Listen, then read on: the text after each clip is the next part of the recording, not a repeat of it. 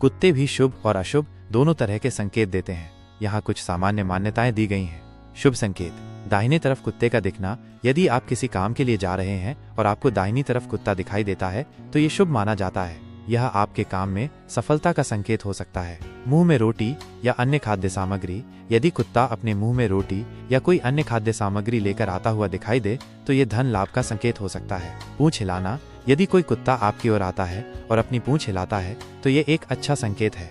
यह नए दोस्त बनने या किसी प्रियजन से मिलने का संकेत हो सकता है। शरीर सूंघना, यदि कोई कुत्ता आपके शरीर को सूंघता है तो यह भी एक शुभ संकेत माना जाता है। खेलते हुए दिखना, यदि आप किसी कुत्ते को खेलते हुए देखते हैं तो ये खुशी और सकारात्मकता का संकेत हो सकता है। अशुभ संकेत, बाएं तरफ कुत्ते का दिखना। यदि आप किसी काम के लिए जा रहे हैं और आपको बाएं तरफ कुत्ता दिखाई देता है तो ये अशुभ माना जाता है। यह आपके काम में बाधाओं का संकेत हो सकता है। रोते हुए या भौंकते हुए, यदि आप किसी कुत्ते को रोते या भौंकते हुए सुनते हैं तो ये अशुभ माना जाता है।